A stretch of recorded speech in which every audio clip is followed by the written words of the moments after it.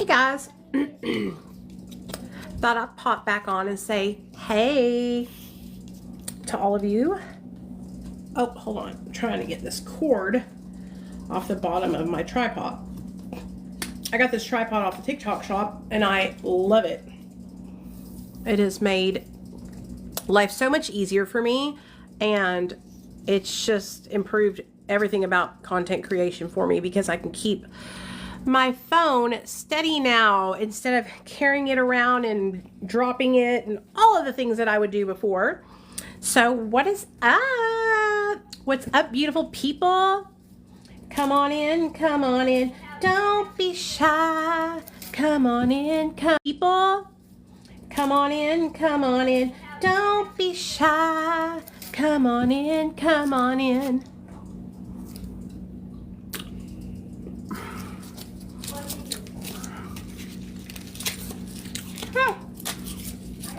What do y'all want to talk about today?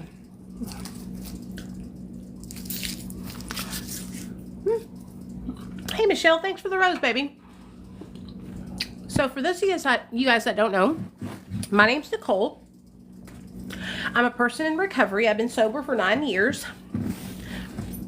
And I share, my pathway to recovery and what works for me. I really like talking about crystal addiction and sharing with people how it affected my life and how I escaped it.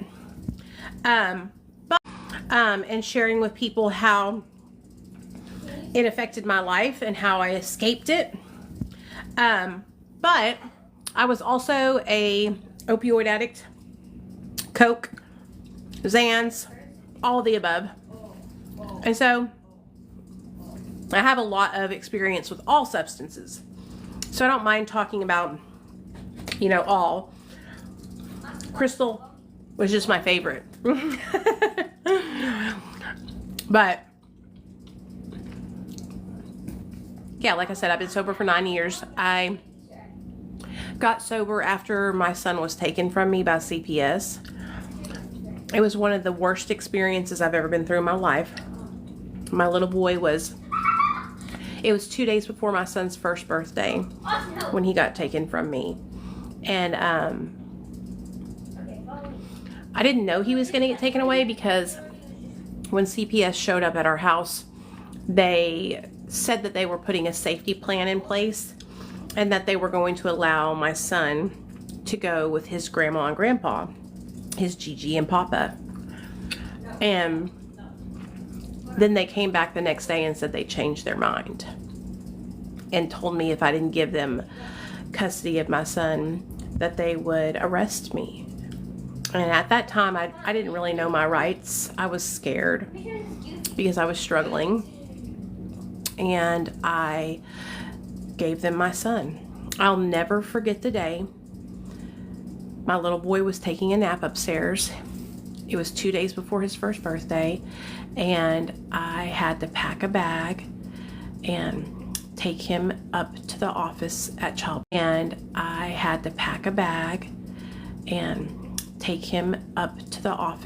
Child Protective Services and give him over to a complete stranger.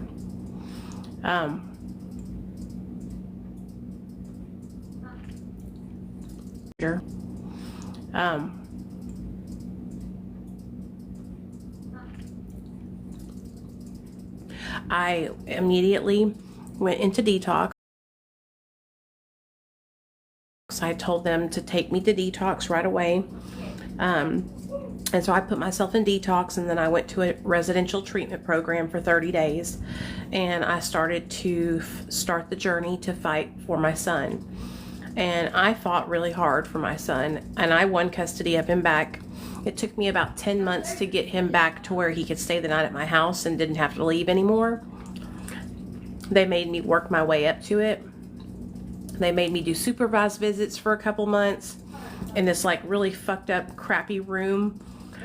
Then they did it to where I could go off the premises and take him to McDonald's playground or Chick-fil-A playground and stuff like that. Then they graduated me up to spend the night things, and then he was able to come home. But it was devastating. It was traumatic for my husband, for myself, for my son. Luckily, my son doesn't really remember it because he was just one. But it was traumatic for me, and I will never forget it. And even though he doesn't remember, I remember. And every day, anytime that my son struggles with anything, whether it be struggling with getting the right answer at school, or he's feeling anxiety, or he's having a day where he's sad, I automatically think that it's because of the fact that he was taken from me, and I blame myself over and over and over and over again. Daniel says, Nicole, you're looking thinner. Daniel, I've lost 64 pounds, baby. Welcome to the team. Welcome to the new age. Thinner. Daniel, I've lost 64 pounds, baby. Welcome to the team. Welcome to the new age.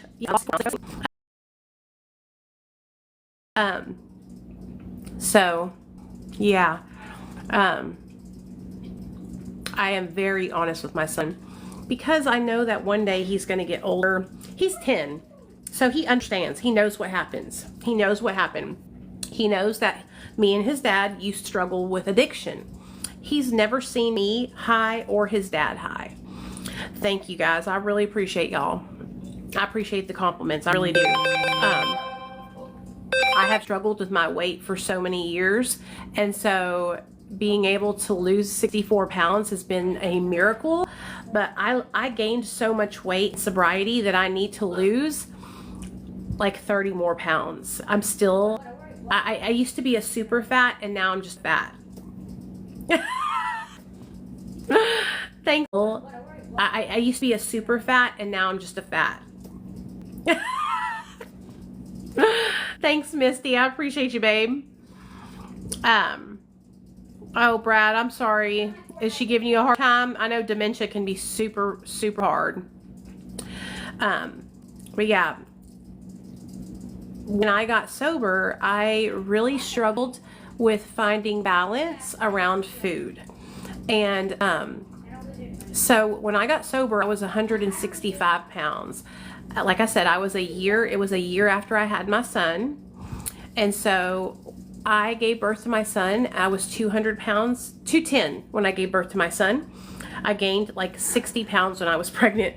I went from like 150 to 210 pounds. And so when I got sober, I was 165, and I started to like overcompensate, right? So for me, I was like really afraid to go, sorry, I hate that glare on my glasses. I was really afraid to go and like do things like go out and about because I was afraid like I would run into like drug dealers. Like the place where I live is like where I got high. And so when I first got sober, I was really, really just to myself. I stayed at my house a lot. And I like really adopted some very unhealthy habits centering around food. So instead of, I would always look forward. Hey, Amy, what's up, girl? Girl, I hit 300 pounds and that broke my heart. I knew I had to do something. Oh, I know. I seen your weight loss journey on Facebook, babe. So what was I saying? So I started to adopt some like really unhealthy habits with food. For example, like where I used to celebrate with drugs and alcohol, I started to celebrate with food. And so like when I would get high, like that, me and my husband, we would get high and celebrate like by getting high. So now that we were both sober and in recovery, we started celebrating by like going out to eat all the time, having seafood boils, pizza, I mean, all kinds of hamburgers. I mean, like, honey, when I tell you, there was a point in my recovery where me and my husband were eating out 5 times a week. 5 days a week, okay? And so, and if you had asked me back then, hey, Nicole, why did you gain so much weight? I was delusional. I was in denial. I didn't realize that I was overeating. So I would tell people, I don't know why I'm losing weight. I only eat 1 meal a day. But the 1 meal a day that I was eating was over like 4,500 calories, y'all. I didn't realize how many calories I was taking in every time I sat down and ate food. So in December of this year, when I got diagnosed with diabetes, I started weighing my food and like looking at the portions and like got diagnosed with diabetes. I started weighing my food and like looking at the portions and like calculating how many calories were in what I was eating. And I was baffled. I was dumbfounded. And so the doctor called me in Ozempic. I got on Ozempic. Ozempic made me stop binge eating. Because I stopped binge eating, I started to lose weight. And then I started to exercise and started to drink plenty of water and started eating low carb, high protein. And I've lost 64 pounds so far. I've kind of been stuck though at the 186 mark. And so I have to go back to the doctor on October 23rd because, and see if there's something else I can do that he can help me with. Maybe I need to change over to a different medication, or if there's like something I'm not doing right with my diet since I'm diabetic, you know? And so I'm going to see what he says about that. But I'm really proud of myself. Like, I feel like losing 64 pounds is such a huge accomplishment. And so I have, like I said, I have about 100 pounds I needed to lose, like 90 pounds. And so I'm halfway there. I'm halfway there. So I am on 2 milligrams of semaglutide. What? What? Where do you go when you like? How do you teleport?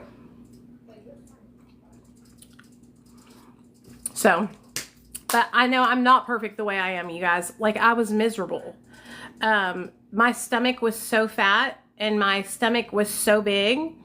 Yeah, it's Ozempic. It's just the generic version, semaglutide. My stomach was so big and it hung over so much that like I couldn't see my own vajayjay. I couldn't walk upstairs. I couldn't bend over and tie my shoe. I couldn't cross my legs because my stomach got in the way. That's no way to live. That's miserable. I was miserable. So I don't take offense to people saying that I was fat. It doesn't hurt my feelings because it's the truth.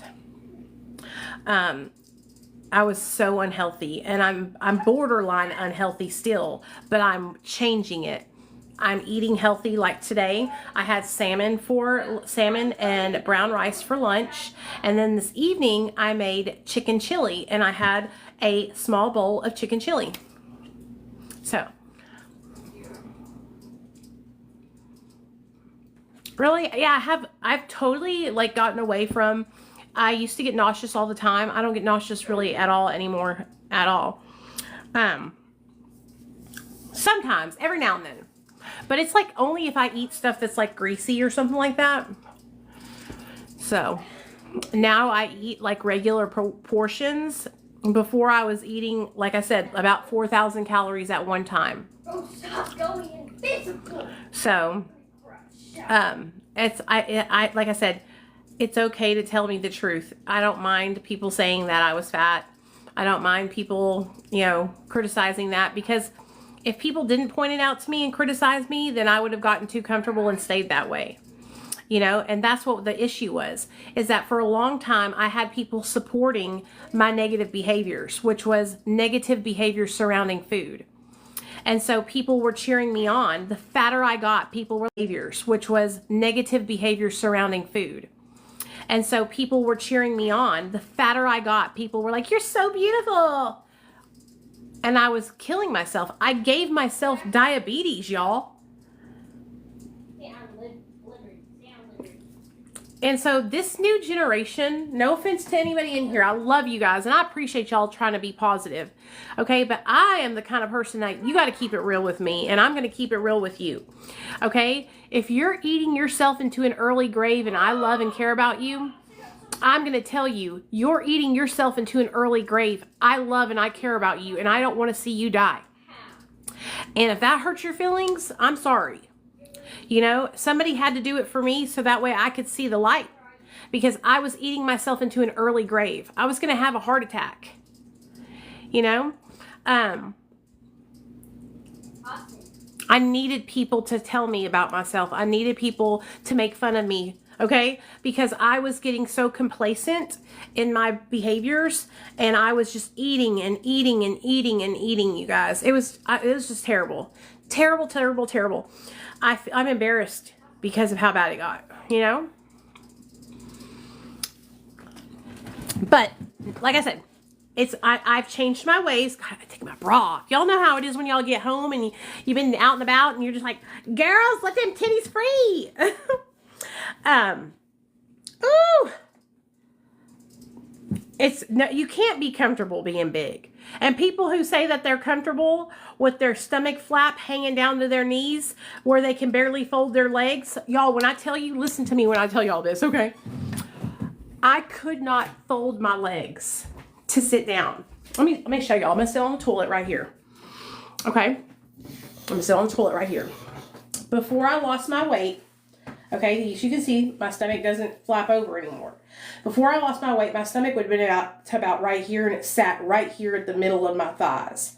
When I tried to lift my leg, I would have to go like this. Ugh. Now I can completely fold it like this. When I would try to bend over to tie my shoe, I would have to spread, if I wanted to tie my shoe, I would have to spread my legs completely like this to let my stomach flap go over in the middle of my legs, because my stomach it would stop me. It would stop me. That is no way to live. And I was miserable. And, you know, I feel for people who are obese. I do, because I've been there. I was obese, you know.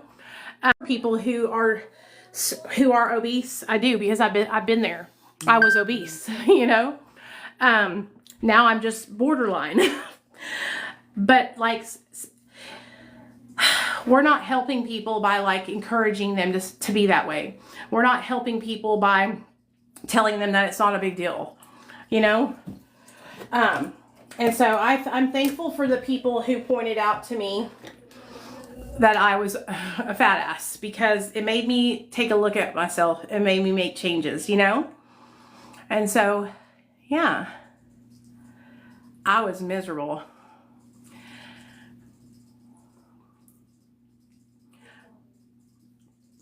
I think that a person gets to a certain level of delusion when they're telling themselves that they're okay with not being able to tie their own shoes. I feel like a person has to get to a certain point of denial when they're telling themselves that it's not a big deal, that they can't wipe themselves. Like, me and my husband, I used to, like, I love getting intimate with my husband, you know. I mean, like, I'm a woman, he's a man, we love each other, right? I was so heavy and my stomach was so big that I couldn't get intimate with my husband because I felt ashamed. I was embarrassed to take off my clothes in front of my husband. My husband I've been with for 13 years. You know, one of my husband's favorite ways is me on top or from the back. And on top, absolutely not going to happen, because then he would be looking up at my big ass belly, and I was so embarrassed. And from the other way, I was so embarrassed of it hanging down. Now I'm like, hey!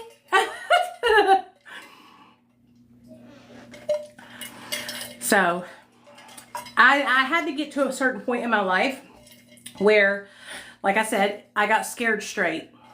And so, getting diagnosed with diabetes scared me. It scared me. It scared me because I thought, oh my, because here's the deal. My grandpa died of a heart attack from his diabetes. So my grandpa would not stop eating pastas and all kinds of unhealthy shit. And he ended up having a heart attack due to his diabetes, a diabetic induced, you know, cardiac arrest or whatever, from complications with diabetes. So,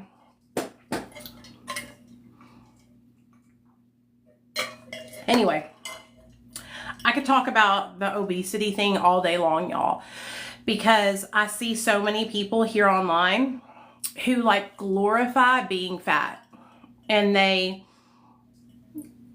get mad when people say that they're unhealthy. Like water. They get mad when people say that they're unhealthy.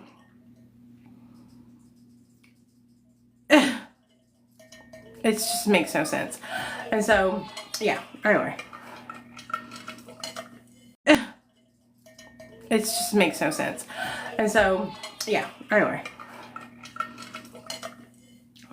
I have insurance, but I pay cash for my semaglutide because I get it off a website. I don't get it from the pharmacy. I get it from a bootleg. Don't you know? I'm a drug addict, honey. I'm going to find a cheaper way. I ain't paying no $400 a month for that shit. I found like a website that sells this peptide version for cheap.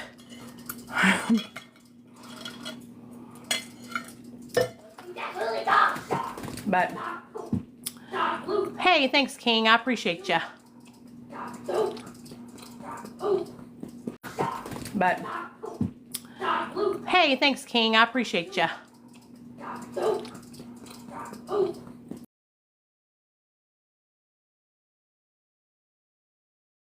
Change. It's only $107, I think, for a 10 milligram vial.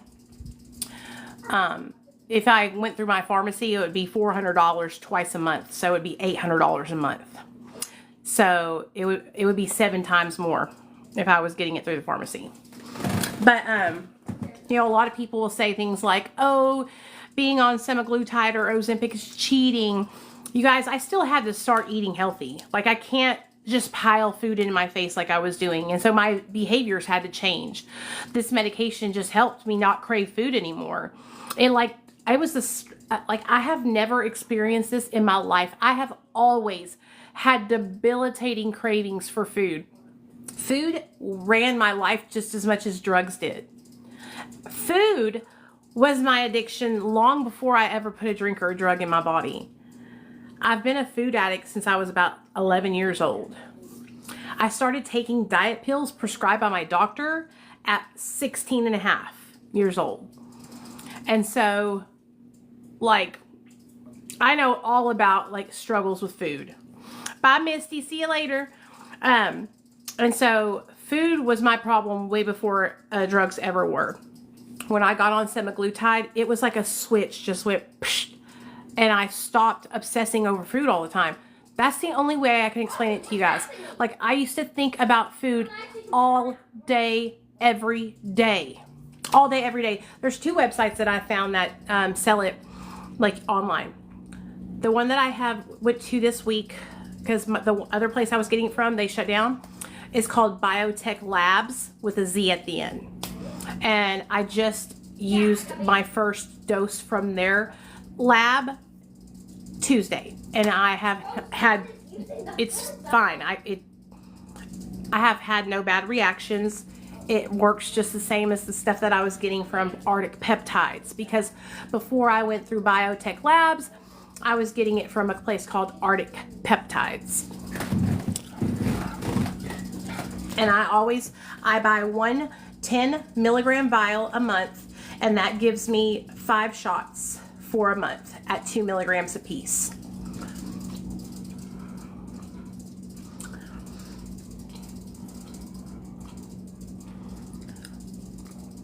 Oh, your aunt just went to jail for 5 months. How do I help her stay sober when she gets out? Help her by setting her up with success. So if you guys have people in your neighborhood or in your family that are like drug users as well, like try to, you know, like separate yourself from those people so that way when she comes home, she's like in a sober environment. Help her get signed up for therapy resources so she can start going to therapy. Help her get into some recovery support group meetings, either online or in real life. And just encourage her to keep doing better and change her life. Hey, Megan, I appreciate you, girl. Thank you. Let me show y'all my little tuk-tuk. Did y'all see my little tuk-tuk sitting on my shoulder today in my video? Oh, my little tuk-tuk.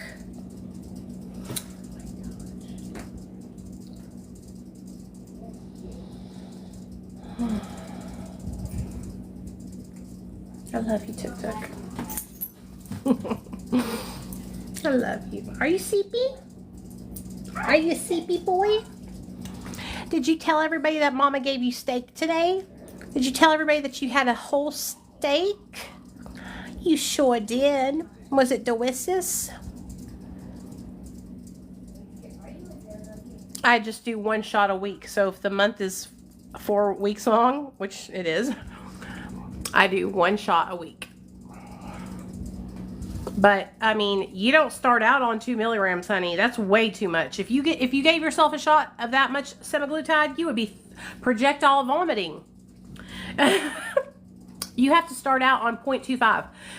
You need to see it. Like I highly recommend seeing a doctor to get started first, and then if you want to get it from a peptide website, you know, go and do that. But this is not something that you just want to like start shooting yourself with, you know, because it's an injection. So I went to the doctor, got diagnosed with diabetes, and then they prescribed me it. I started out on the prescription pen from the pharmacy at 0.25 of a dose, and I took 0.25 for 4 weeks. Then I went up to 0.50 for 4 weeks. Then I went up to 0.75 for 4 weeks. Then I went up to 1 for 4 weeks. I've been on it for like 10 months now. And so I slowly worked my way up. Okay. So please, for the love of God, go see a doctor. You can go see a doctor at like a wellness clinic or a weight loss clinic for super cheap, for a lot more affordable, just so you know. And I'm not trying to scare anybody. It's just that one of my friends, she didn't go to the doctor, okay? And she went and got the medication off the website, right? And she started out, she didn't go to the doctor, okay? And she went and got the medication off the website, right? And she started out on 0.25 and it was still too much, and she was throwing up for like 6 days. Like she was so sick she had to go to the emergency room because she couldn't stop throwing up. And so I just don't want any of you guys to hurt yourselves or put yourself in a bad position, because it's not just it's like a serious thing, you know. It's not anything you want to be playing around with, okay? So do your research, talk to a doctor first, and then, you know, then find out what's best for you.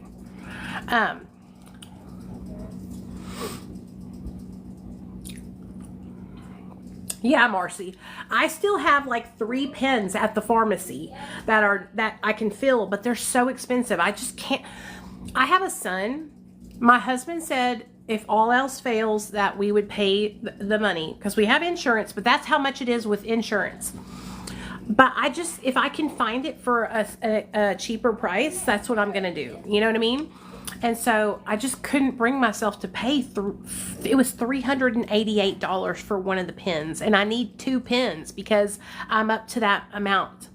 So I would need these pens have 1 milligram doses, 4 1 milligram doses, and I'm on 2 milligrams, so it would only give me 2 shots. And so I just can't make myself pay that much, you know? Maybe I'll regret it. I don't know. We'll see what my doctor says when I see him.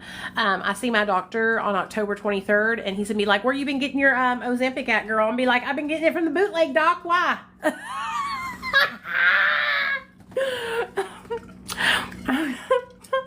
You know, I've been getting it from the bootleg peptide, doctor. What you got to say about that?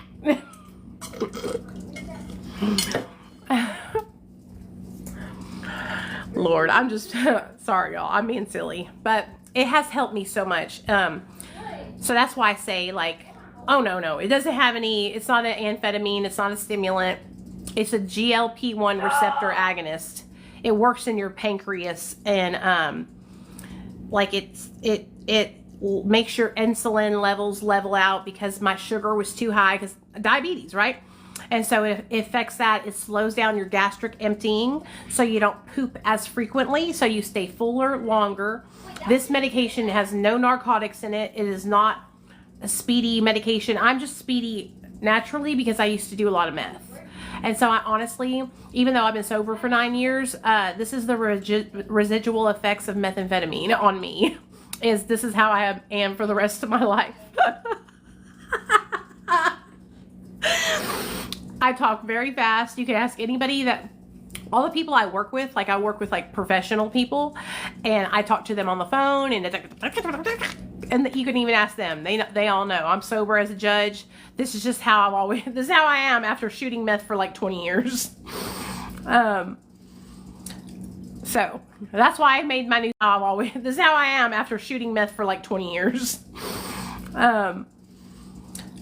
So that's why I made my new series, Methamphetamine Wreaks Havoc on the Brain, Mind, and Body, or the mind, body, and soul. And that's why I've been making episodes in a series about that, because I really don't think a lot of people understand how much it really does affect your body and your mind and your soul. So, but I'm always here to encourage you guys. Like, I just, about the weight loss, I feel like it's really important for me to say this. Like, I was so unhappy, okay? I felt ashamed. I was so unhappy, okay? I felt ashamed because I had let myself get so big. I felt ugly. I felt unloved. Because I had gotten so big, I had no energy. I was very tired all the time because my blood sugar was spiking all the time because I had undiagnosed diabetes. I couldn't lose weight. I would try to lose weight, and then I would make it for a couple of days, and then like I would get these like cravings that were so powerful that I could not stop eating. And then I would go on these like binges because my sugar was just spiking and dropping and spiking and dropping. And so like I was so miserable. I kept going to my doctor for years, and he would just kind of like, just diet and exercise, right? And then in 2020, he gave me Saxenda, which is a GLP-1 like semaglutide. And I tried it, but I had to pay $1,200 for it out of pocket. And so I couldn't afford to keep paying for it. And it wasn't, these kind of medications weren't really popular back in 2020. So I couldn't stay on it. I lost 20 pounds and then I gained it right back. And so the way I'm treating semaglutide is I'm treating it like a maintenance medication. Like I will be on this medication for the rest of my life if I need to be, to help me keep my cravings and the way I eat in check. Because I have like a really, really hard time with food. Just like I take medication to help me with my opiate addiction, I take medication to help me with my food addiction. And it's helping me manage. Thank you so much. I appreciate the gifts, y'all. I really do. This medication is helping me manage the cravings and the compulsions that I have surrounding food. I have a really hard time with compulsive eating, obsessively eating, overeating, getting stuck on certain foods and like just staying on those foods. And before I got on this medication to help with that, I would binge eat foods like that. And I would find myself in these like loops of just obsessive compulsive eating. And so I would wake up in the middle of the night and I would be of just obsessive compulsive eating. And so I would wake up in the middle of the night and I would be eating like 6,000 calories in one sitting. I would have 4. Okay, that's one bagel with cream cheese on top of it, another bagel with cream cheese on top of it, another bagel with cream cheese on top of it, another bagel with cream cheese on top of it, then jam all over those. Okay, then 2 butter drenched waffles with syrup all over them, a big ass thing of cold milk, right? And then sausage with maple syrup all over it in the middle of the night. And I would have these like binges like that, where I would just like eat all this food in one sitting. And then I would wake up the next morning and I would be sick. I mean, when I tell you I would be so sick, I would be throwing up. I would be shitting. I mean, it would be horrible. And then I would be looking at myself in the mirror and I would be so ashamed, and I would like like I said, not being able to see my vagina because my stomach was flapping over it for so far. Like, that's mortifying. I was mortified, okay? But I couldn't stop, because when I would try to stop, then I would crave these foods like so hard, and then I would withhold. I would say, oh, I'm not going to eat it. I'm not going to eat it. And I would lock myself away. I would tell my husband, hide this, hide that, hide this, hide that. And then I would creep into the middle of the night and find where he hid it and go eat it in shame. And then he would wake up the next morning and it would be gone. And he'd be like, what happened? And then I would be embarrassed and I would yell at him because he was shaming me. You know what I mean? Like, it was horrible. That's what, I was a drug addict only on food. And so, and you guys, the content that is being served to us here on TikTok with these freaking mukbangs and these people eating these huge gluttonous amounts of food and letting it drip all over their face and onto their, that is an addiction. That is addiction. You are literally, you might as well be watching somebody inject something into their veins, because those mukbangs, that's food addiction right there. And then they're getting praised for it by getting money for eating like that, and they're getting views. And so then what's happening is all the dopamine's going boom, boom, boom, views, money, gotta get more food, gotta eat more. And that's why you're seeing people getting big as houses online. They're my 600-pound life only in real life. We're watching it happen here on TikTok with people just eating and eating and eating. Dude, I'll tell you, from a fat girl, okay? Almost 300 pounds, 265 at my highest weight. I felt like shit every day of my life at that weight. I did not feel good. And anyone who tells you they feel good, morbidly obese or obese, is lying to you. They're lying. They're lying. Your knees hurt. Your ankles hurt. Your joints hurt. Your back hurts. Your breasts hurt. Your neck hurts. Everything hurts because all of the weight on you. It's like, and here on TikTok, it's so crazy how I see people just like acting like it's not a big deal and getting mad when people point it out. And it's like, no, dude, you're gonna die. And I was killing myself, and people were okay with it. People were like supporting that I was obese. And that's why I'm telling you guys, like, I love y'all, but don't come in here and tell me I'm beautiful just the way I am, because no, I'm still 30 pounds overweight. I have a lot of work to do. I love the positivity, but that's toxic positivity to me, because that's lying to my face. Okay? I'm still fat, and I need people to be real with me about it. Okay? I don't want people to butter my biscuits. Okay? Just like when I was in active addiction, I didn't need people telling me, oh, it's not that bad. Yeah, you just lost custody of your son, girl. It's not that bad. No, it was horrible. It was horrible bad. I lost custody of my son. That's terrible. You know, so we need more people to tell us the truth about ourselves. You know what I mean? Yes. It is a huge transformation from what I was. Let me show y'all some before and after pictures. Okay, because I will say that I have changed dramatically. You can see my cheekbones. My cheeks were so big and chunky that all it was fat pockets around it. Now you can, like, that's my bone. Who would have thunk it? I have cheekbones, you know? But, let me show y'all some pictures I have on the wall. I need to get some updated pictures of me, but when I would take pictures, I would always take pictures from different angles, right? So that way I wouldn't have to see how bad I looked. How do I flip it? Oh, well. But here we are. Look at those chubby cheeks. What? Okay. That's me and my mama. You know? So, look at that. Look at that big bitch right there. That's a big bitch. You can't even see my neck, y'all. My neck is missing. Do not turn on. I had no neck. Now I got a neck. I think I'm lagging. Now I got a neck. Lagging in. That's one of the first things that started to come back, y'all. One of the first things that started to come back was my neck. And when it started to come back, I wrote a song. I'll sing it to y'all real fast. It goes like this. It goes like this. I can see. I wrote a song. I'll sing it to y'all real fast. It goes like this. It goes like this. I can see my neck. Whoa, whoa.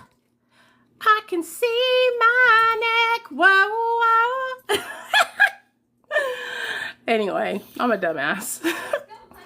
And I still have, like, you know, this, but it's so much better, you guys. It used to be like this, went like this. That's when it really started to hit me. When, like, I had to take my phone and put it up here because I couldn't have it straight on like this because my neck attached like that.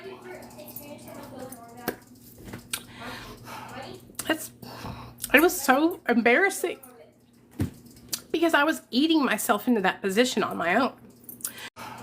It was so embarrassing because I was eating myself into that position on my own, you know, and I didn't have the power to see that I was doing it to myself. And then when I would try to address it, I was in denial.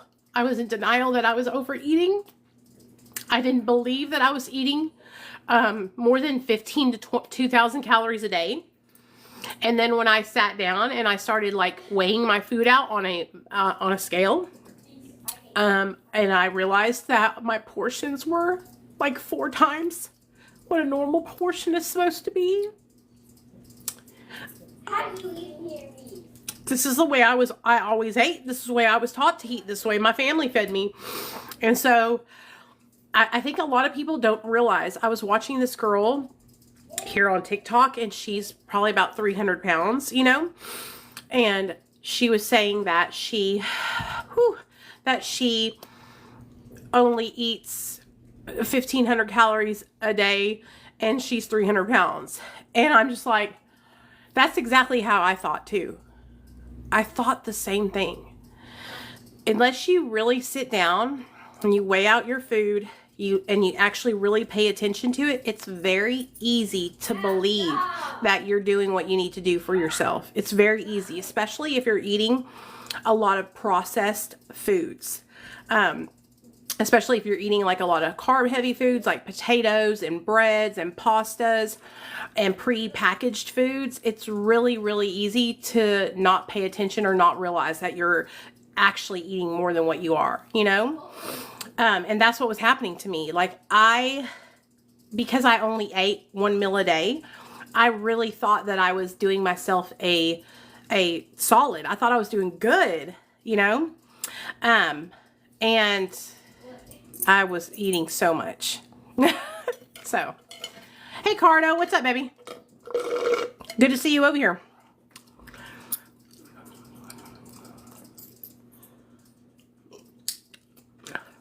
And I get it. Like, some women have hormonal imbalances. Some people have PCOS. But I'm telling you guys, like, even with these kind of disorders, if you are actively eating in a calorie deficit and moving your body, I promise you'll see some weight loss results. It might not, maybe it'll be slower and not as much because of those things that contribute to, you know, holding on to weight or gaining weight. But you will still see results if you stay in a calorie deficit and move your body. And a lot of us just aren't in a calorie deficit. And we don't know it or believe it or realize it because we're overeating, you know? So, oh my gosh. Sorry, I didn't mean to get so emotional about that. But like, you know, when my neck, when I started being able to see my neck and my chin and my cheekbones, like my whole face, to me, it has just changed because I can like see the features in my face again. And like I said, I still have like 30 pounds I need to lose. And I go to see the doctor on the 23rd. And so, we'll see how I'm doing with my diabetes and all that. Cause I don't even know if I have brought my numbers down. I hope I have. I'm praying I have. I don't know.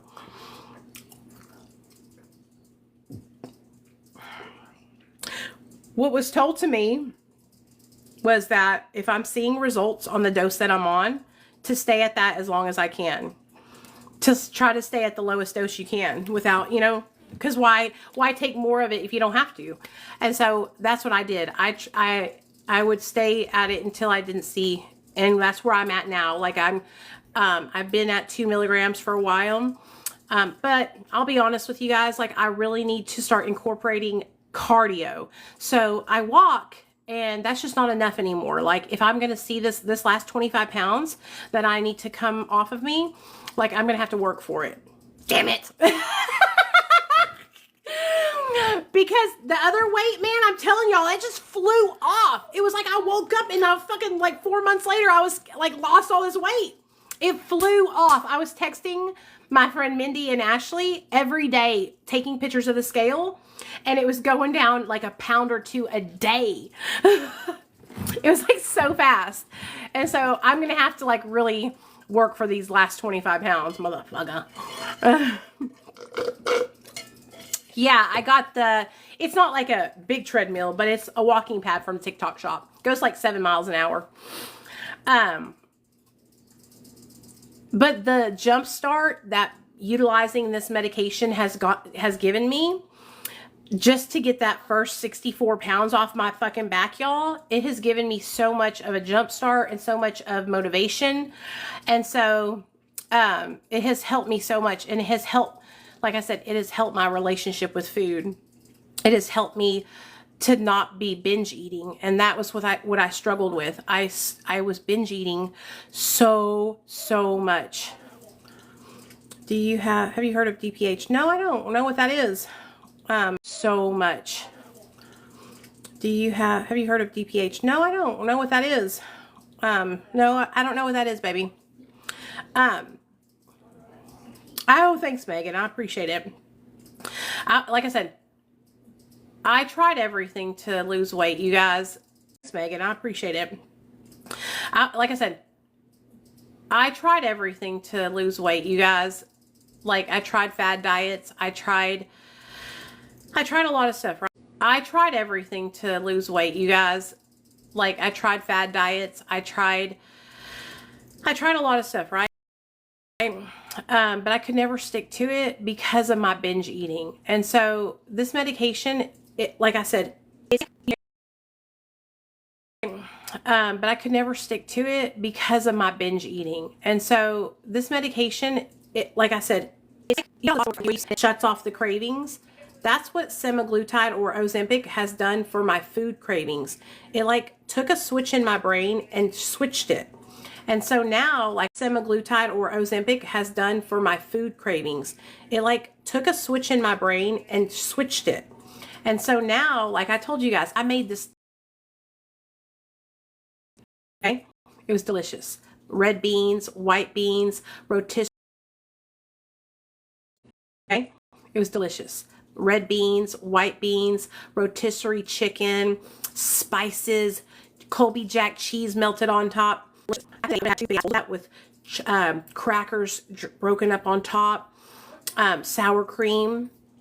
Today I got a cup, and I had half a cup of chicken chili. Totally satiated, totally full. I don't feel overly full. My stomach's not so bad. Half a cup of chicken chili. Totally satiated, totally full. I don't feel overly full.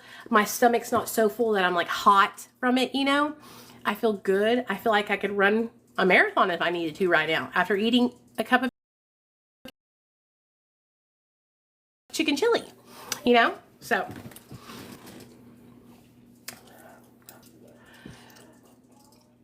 baby, you don't tell a loved one that they need help. They have to tell themselves that, you know? They probably already know it too.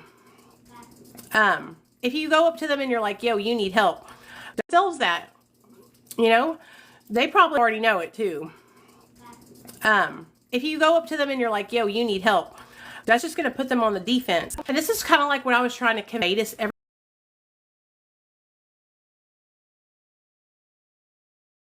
everybody yesterday about you. The message that you're